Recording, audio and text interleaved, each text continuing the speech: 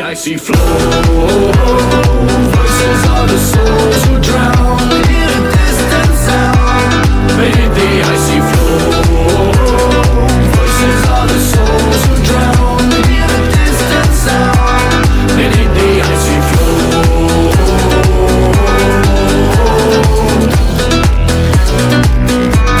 Beneath the icy flow.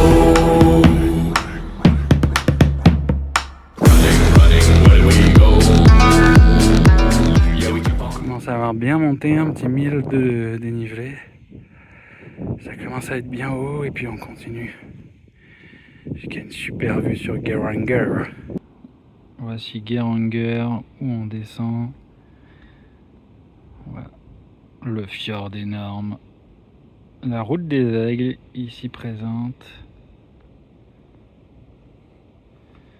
Marlène qui mange un peu avant la grande descente. Le fjord, c'est très beau, c'est très beau, il y a des beaux nuages. Et là, le lac avec un nom imprononçable. Beneath the icy flow, voices of the souls who drown in a distant sound. Beneath the icy flow, voices of the souls who drown in a distant sound. Beneath the icy flow.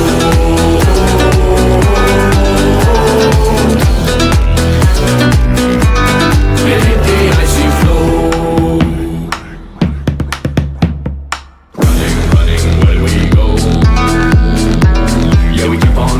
But we don't know. The clues all hide beneath the snow, like a beacon flash in the shadow. In a distant sound, the voice of those who drown.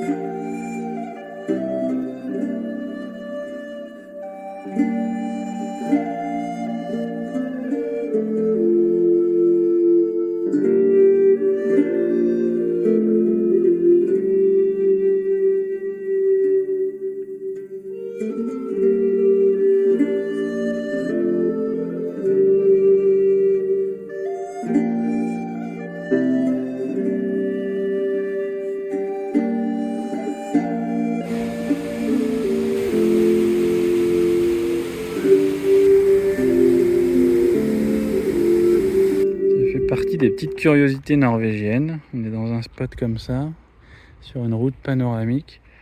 Et en fait, ils font une espèce de grotte comme ça où on rentre. C'est très bas de plafond, c'est beaucoup plus sombre que ce qu'on voit à l'écran.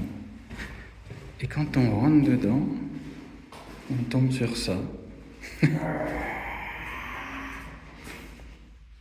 Un ours endormi, avec plein de matériel d'alpinisme, etc.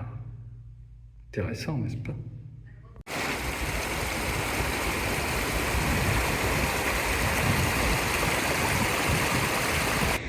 Toujours sur cette fameuse route, un lieu très dépaysant.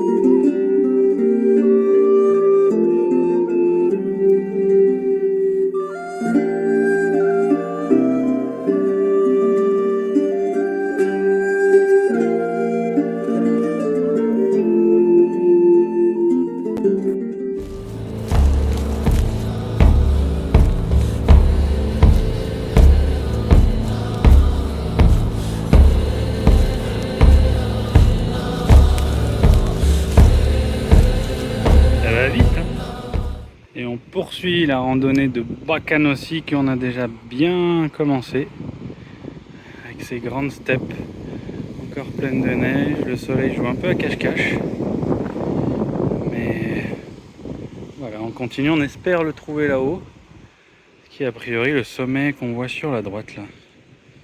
Allez, let's go!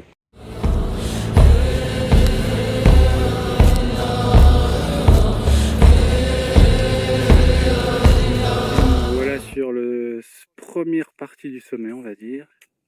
Et puis on va continuer, c'est en face. Et le spectacle va bientôt pouvoir commencer. Il a déjà un peu commencé quand même. Mais ça va être encore mieux. C'est assez spectaculaire. Et c'est vertigineux, même quand on n'a pas le vertige. C'est ça, parce que là, si je m'avance un peu sans mourir, et 1300 mètres, un peu plus. De vide direct.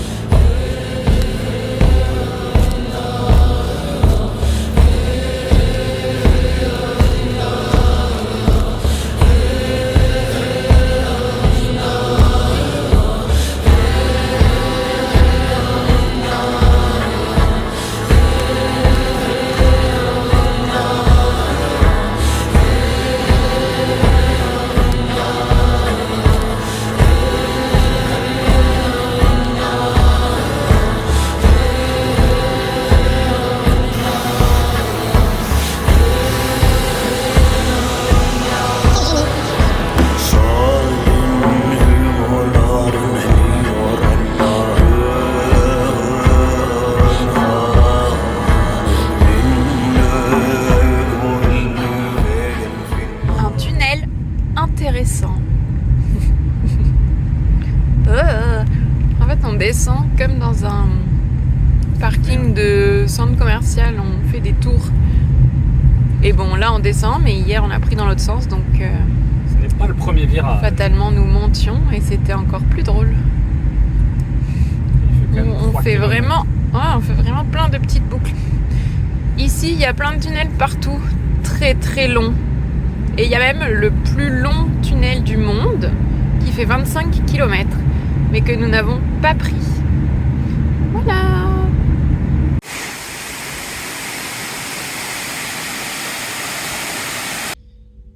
Fairy time. It's fairy time. 3. Donc en fait, le sens, il y a une file numéro 1, les gens se mettent dedans. Quand elle est pleine, les gens se mettent à la 2 et les Norvégiens ne truquent pas, ne truandent pas, ce sont pas des Français en fait. Ensuite, les gens rentrent par ordre, la première file rentre, ensuite la seconde, etc. Là, on voit l'ouverture.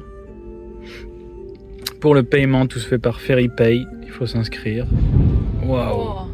Il faut s'inscrire et on est débité directement. Il y a des accès piétons, là, on les voit un peu les piétons. À gauche, ils viennent en bus et tac. Tac qui veut dire merci aussi en Norge. Et voilà, on voit l'ouverture et c'est très rodé. Ils sont complètement blasés de ça maintenant, les Norvégiens, on dirait, c'est assez rigolo. C'est rigolo, il dit d'abord les piétons, vous vous calmez, les piétons sont rois. Les piétons sont les kings absolus en Norvège, on fait très attention à eux, ils sont fragiles, et c'est vrai d'ailleurs. C'est pas comme en France, c'est foutu français qui renverse tout le monde. 80 km/h, partout, pas plus. C'est très tranquille. Beaucoup de tranquille, je te laisse passer. Non, toi, vas-y, non, j'en ferai rien, je te jure. Ça Pas dépend. comme Marlène, qui est en train d'essayer de truander le... Non, je rigole. Et évidemment, des très jolies maisons. On peut voir le Hutne Hotel, avec cette belle église là-bas. Voilà. Et eux, ils font la queue pour le ferry qui va repartir dans l'autre sens. Tout à fait.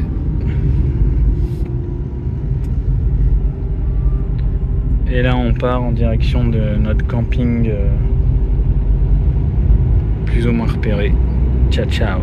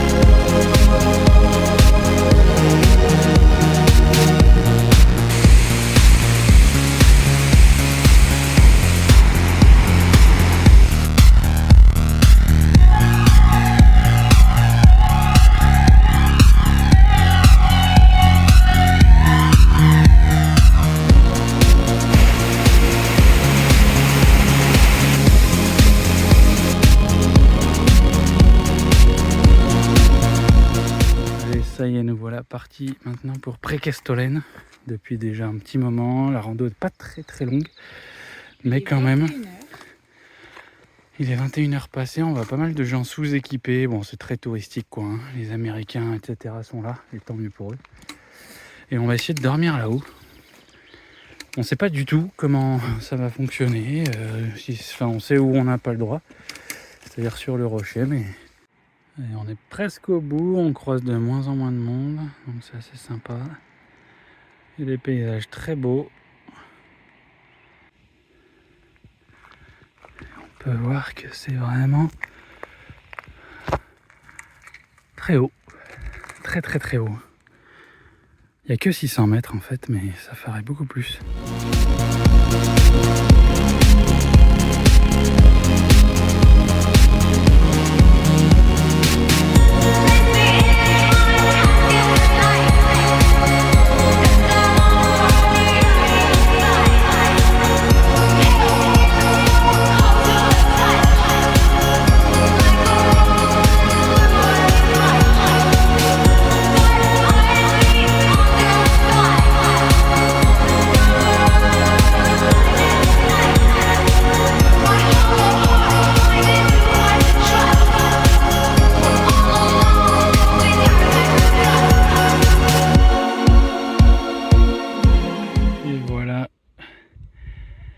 La vue au-dessus du rocher de la Chair à Preikestolen. C'est marrant, hein. On dirait pas que c'est tordu d'en bas, mais en fait très tordu. Et au-dessus, il y a un petit plateau où nous allons sans doute dormir. Je ne sais pas où exactement, mais par là-bas, sans doute cette zone-là. On voit qu'il y a déjà une tente. On va pas se faire prier. Il y a un très beau ciel. On est ravis. Pour le bivouac, on voit qu'il y a un Américain qui fait un boucan là. Et je parle pas très fort parce qu'on a 1, 2, 3 tentes à côté de nous, même une 4e juste derrière. Donc on fait pas trop de bruit. Et puis on va se coucher bientôt.